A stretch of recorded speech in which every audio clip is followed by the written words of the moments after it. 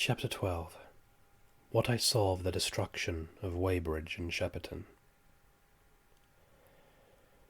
As the dawn grew brighter, we withdrew from the window from which we had watched the Martians, and went very quietly downstairs. The artilleryman agreed with me that the house was no place to stay in.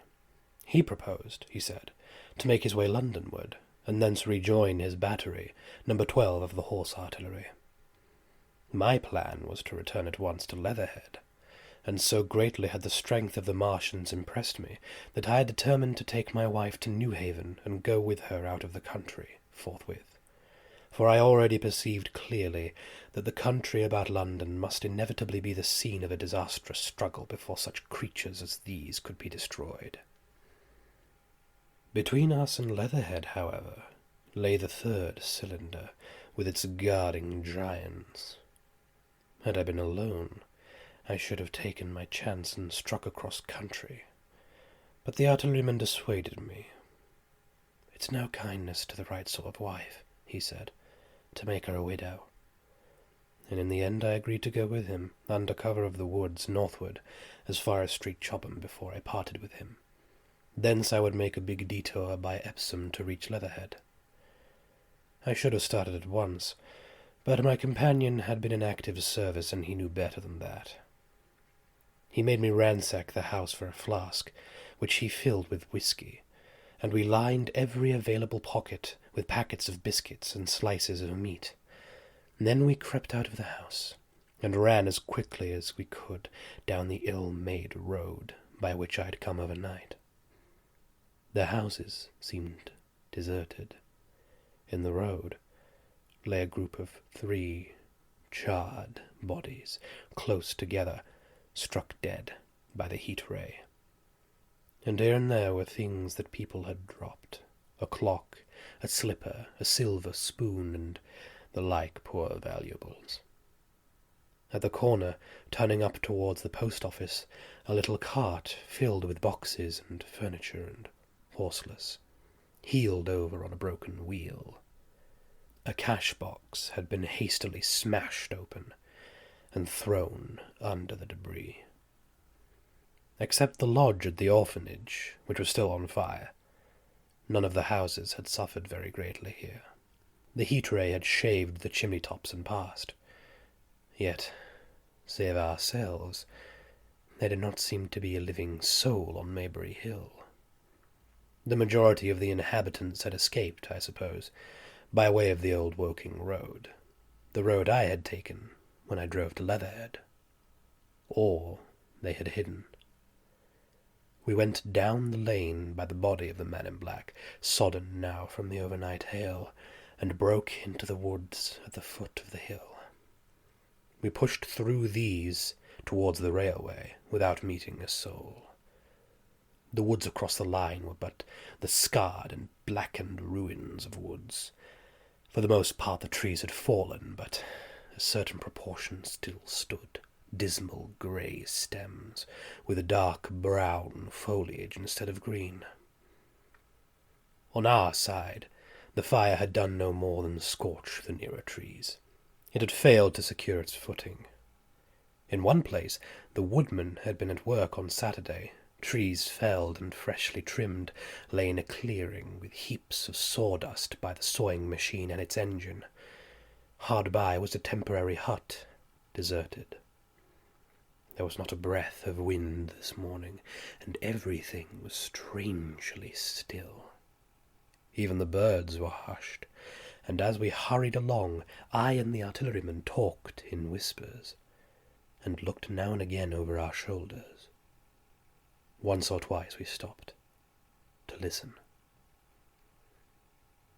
After a time we drew near the road, and as we did so we heard the clatter of hoofs, and saw through the tree stems 3 cavalry soldiers riding slowly towards Woking.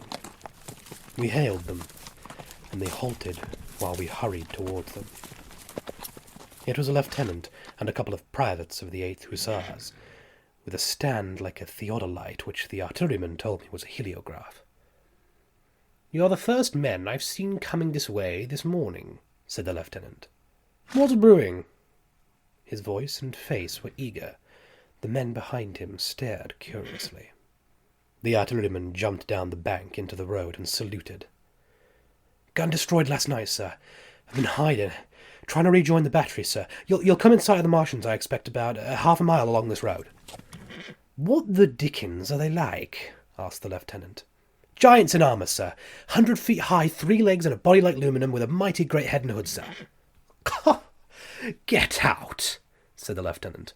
"What confounded nonsense." "You'll see, sir. They carry a kind of box, sir, that shoots fire and strikes you dead."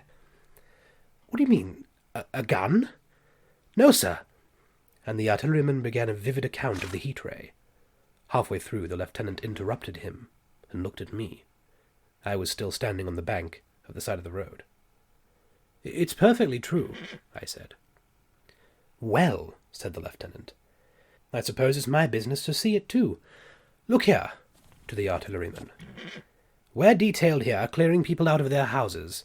You'd better go along and report yourself to Brigadier General Marvin, and tell him all you know. He's at Weybridge. You know the way?"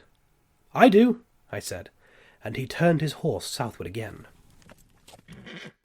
"Half a mile, you say?" said he. "At most," I answered, and pointed over the treetops southward. He thanked me and rode on, and we saw them no more. Farther along we came upon a group of 3 women and 2 children in the road, busy clearing out a labourer's cottage. They had got hold of a little hand truck, and were piling it up with unclean-looking bundles and shabby furniture. They were all too assiduously engaged to talk to us as we passed. By Byfleet Station we emerged from the pine trees, and found the country calm and peaceful under the morning sunlight.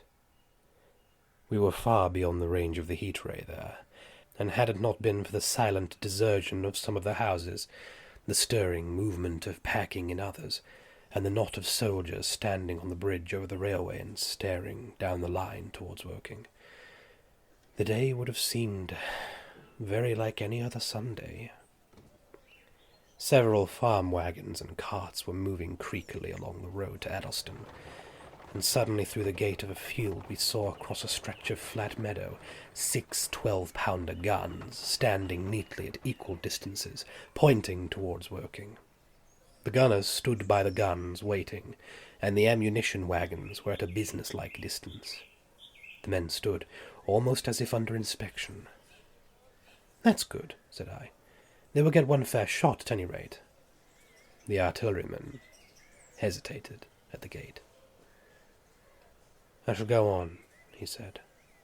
Farther on towards Weybridge, just over the bridge, there were a number of men in white fatigue jackets throwing up a long rampart, and more guns behind. "It's bows and arrows against the lightning anyhow," said the artilleryman. "They haven't seen that fire beam yet." The officers who were not actively engaged stood staring over the treetops southwestward, and the men digging would stop every now and again to stare in the same direction. Byfleet was in a tumult, people packing, and a score of hussars, some of them dismounted, some on horseback, were hunting them about. 3 or 4 black government wagons with crosses in white circles, and an old omnibus, among other vehicles, were being loaded in the village street. There were scores of people, most of them sufficiently sabbatical to have assumed their best clothes. The soldiers were having the greatest difficulty in making them realize the gravity of their position. We saw one shriveled old fellow with a huge box and a score or more of flower pots containing orchids, angrily expostulating with the corporal who would have him leave them behind. I stopped and gripped his arm. "Do you know what's over there?" I said, pointing at the pine tops that hid the Martians. "Aye," said he, turning. "I was explaining these is valuable." "Death!" I shouted. "Death is coming! Death!" And leaving him to digest that, if he could, I hurried on after the artilleryman. At the corner I looked back. The soldier had left him, and he was still standing by his box, with the pots of orchids on the lid of it, and staring vaguely over the treetops. No one in Weybridge could tell us where the headquarters were established. The whole place was in such a confusion as I had never seen in any town before.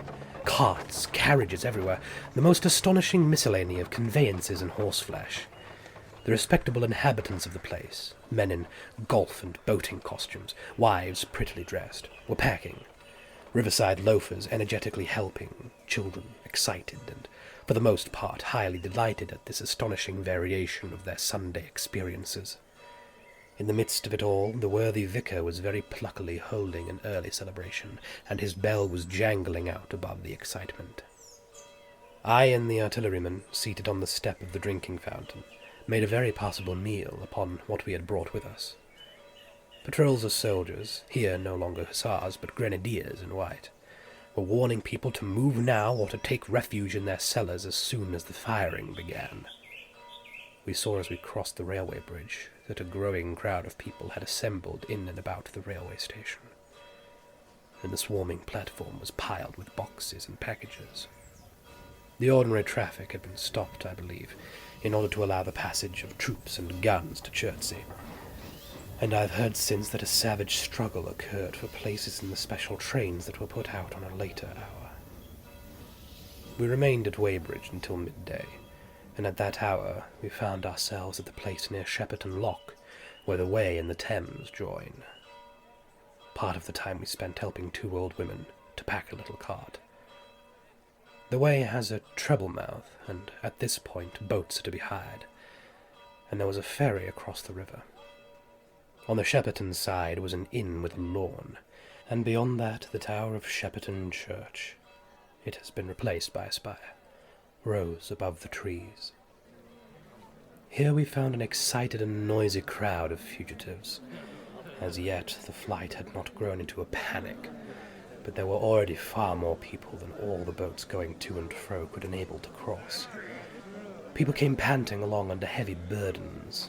One husband and wife were carrying a small outhouse door between them, with some of their household goods piled thereon. One man told us he meant to try and get away from Shepperton Station. There was a lot of shouting, and one man was even jesting. The idea people seemed to have here was that the Martians were simply formidable human beings who might attack and sack the town, to be certainly destroyed in the end.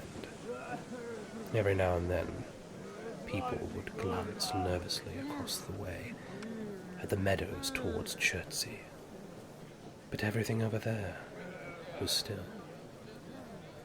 Across the Thames, except just where the boats landed, everything was quiet, in vivid contrast with the Surrey side. The people who landed there from the boats went tramping off down the lane. The big ferryboat had just made a journey. 3 or 4 soldiers stood on the lawn of the inn, staring and jesting at the fugitives without offering to help. The inn was closed, as it was now within prohibited hours. "What's that?" cried a boatman, and "Shut up, you fool!" said a man near me to a yelping dog. Then the sound came again, this time from the direction of Chertsey. A muffled thud. The sound of a gun. The fighting was beginning. Almost immediately, unseen batteries across the river to our right, unseen because of the trees, took up the chorus, firing heavily, one after the other. A woman screamed. Everyone stood arrested by the sudden stir of battle near us, and yet invisible to us. Nothing was to be seen save flat meadows, cows feeding unconcernedly for the most part, and silvery pollard windows motionless in the sunlight. "The soldiers'll stop 'em," said a woman beside me, doubtfully. A haziness rose over the treetops. Then suddenly we saw a rush of smoke far away up the river. a puff of smoke that jerked up into the air and hung, and forthwith the ground heaved underfoot, and a heavy explosion shook the air, smashing 2 or 3 of the windows in the houses near and leaving us astonished. "Here they are!" shouted a man in a blue jersey. "Yonder! You see him? Yonder!" Quickly, one after the other, 1, 2, 3, 4 of the armoured Martians appeared, far away over the little trees across the flat meadows that stretched towards Chertsey, and striding hurriedly towards the river. Little cowled figures they seemed at first, and going with a rolling motion and as fast as flying birds. Then, advancing obliquely towards us, came a 5th. Their armoured bodies glittered in the sun as they swept swiftly forward upon the guns, growing rapidly larger as they drew nearer. One on the extreme left, the remotest, that is, flourished a huge case high in the air, and the ghostly, terrible heat ray I had already seen on Friday night smote towards Chertsey and struck the town. At sight of these strange, swift and terrible creatures, the crowd near the water's edge seemed to me to be for a moment horror-struck. There was no screaming or shouting, but a silence.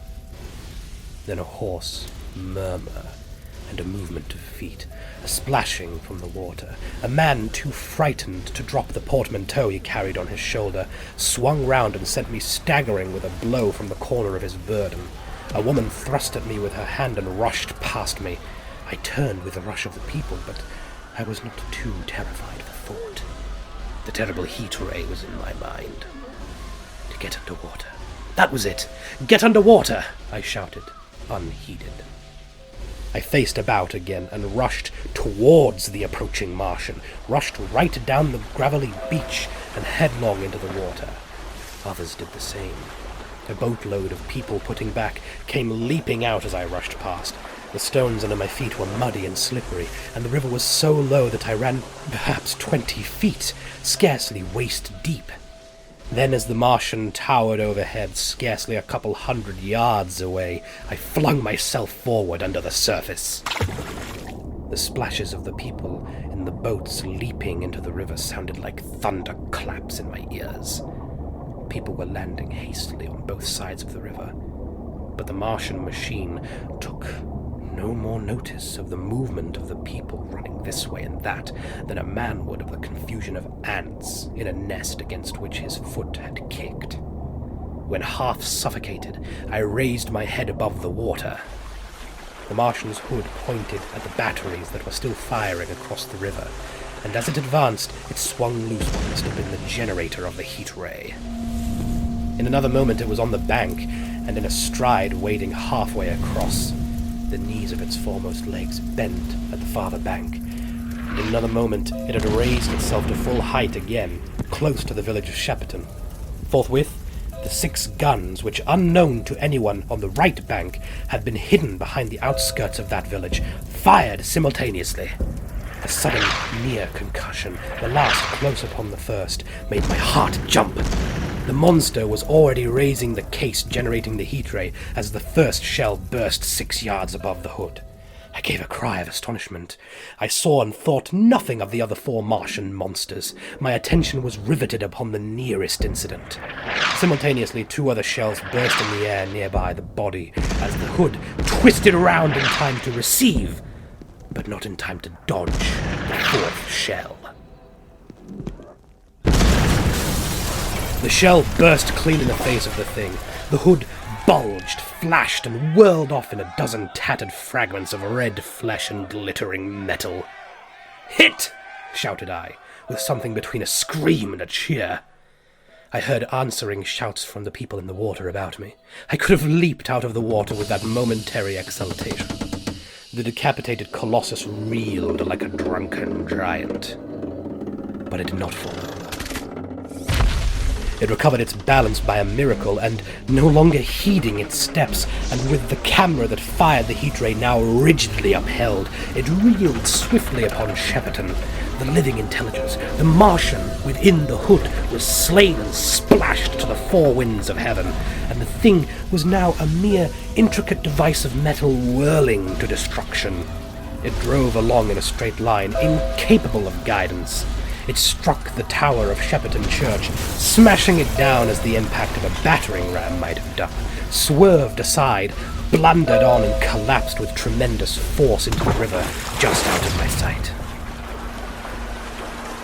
A violent explosion shook the air, and a spout of water, steam, mud, and shattered metal shot up into the sky. As the camera of the heat ray hit the water, the latter had immediately flashed into steam.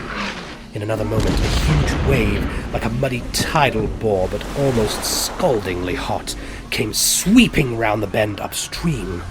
I saw people struggling shorewards, and heard their screaming and shouting faintly above the seething roar of the Martian's collapse.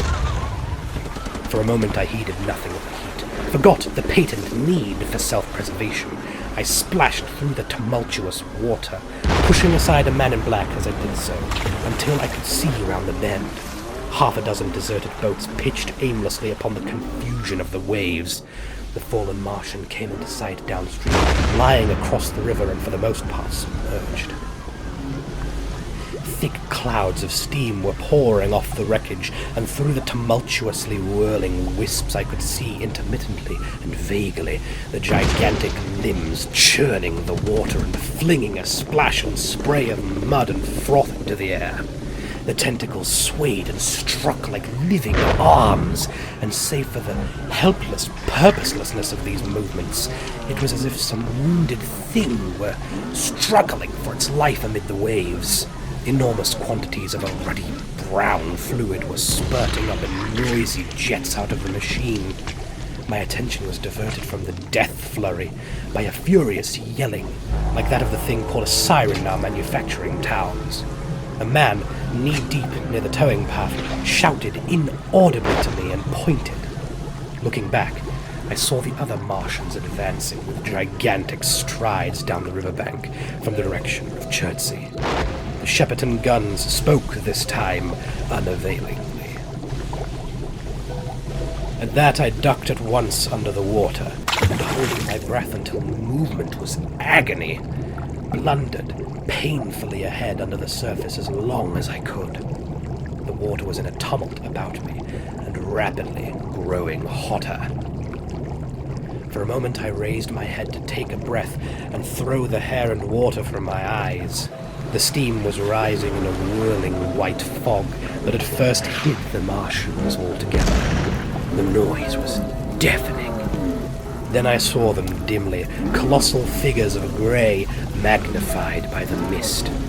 They had passed by me, and two were stooping over the frothing, tumultuous ruins of their comrade. The third and fourth stood beside him in the water, one perhaps 200 yards from me, the other towards Laleham. The generators of the heat ray waved high, and the hissing beams smote down this way and that. The air was full of sound, a deafening and confusing conflict of noises, the clangorous din of the Martians, the crash of falling houses, the thud of trees, fences, sheds flashing into flame, and the crackling and roaring of fire. Dense black smoke was leaping up to mingle with the steam from the river, and as the heat ray went to and fro over Weybridge, its impact was marked by flashes of incandescent white that gave place at once to a smoky dance of lurid flames. The nearer houses still stood intact, awaiting their fate, shadowy, faint, and pallid in the steam, with the fire behind them going to and fro. For a moment, perhaps, I stood there, breast high in the almost boiling water, dumbfounded at my position, hopeless of escape. Through the reek, I could see the people who had been with me in the river scrambling out of the water through the reeds, like little frogs hurrying through the grass from the advance of a man, or running to and fro in utter dismay on the towing path. Then suddenly the white flashes of the heat ray came leaping towards me. The houses caved in as they dissolved at its touch, and darted out flames. The trees changed to fire with a roar. The ray flickered up and down the towing path, licking off the people who ran this way and that, and came down to the water's edge not 50 yards from where I stood. It swept across the river to Shepperton, and the water in its track rose in a boiling wheel crested with steam. I turned shorewards. In another moment, the huge wave, well nigh at the boiling point, had rushed upon me. I screamed aloud and scalded, half-blinded, agonized. I staggered through the leaping, hissing water towards the shore. Had my foot stumbled, it would have been the end. I fell helplessly, in full sight of the Martians, upon the broad, bare, gravelly spit that runs down to mark the angle of the way in the Thames. I expected nothing but death. I have a dim memory of the foot of a Martian coming down within a score of yards of my head, driving straight into the loose gravel, whirling it this way and that, and lifting again with a long suspense. And then of the four of them carrying the debris of their comrade between them, now clear and then presently faint through a veil of smoke, receding interminably as it seemed to me across a vast space of river and meadow.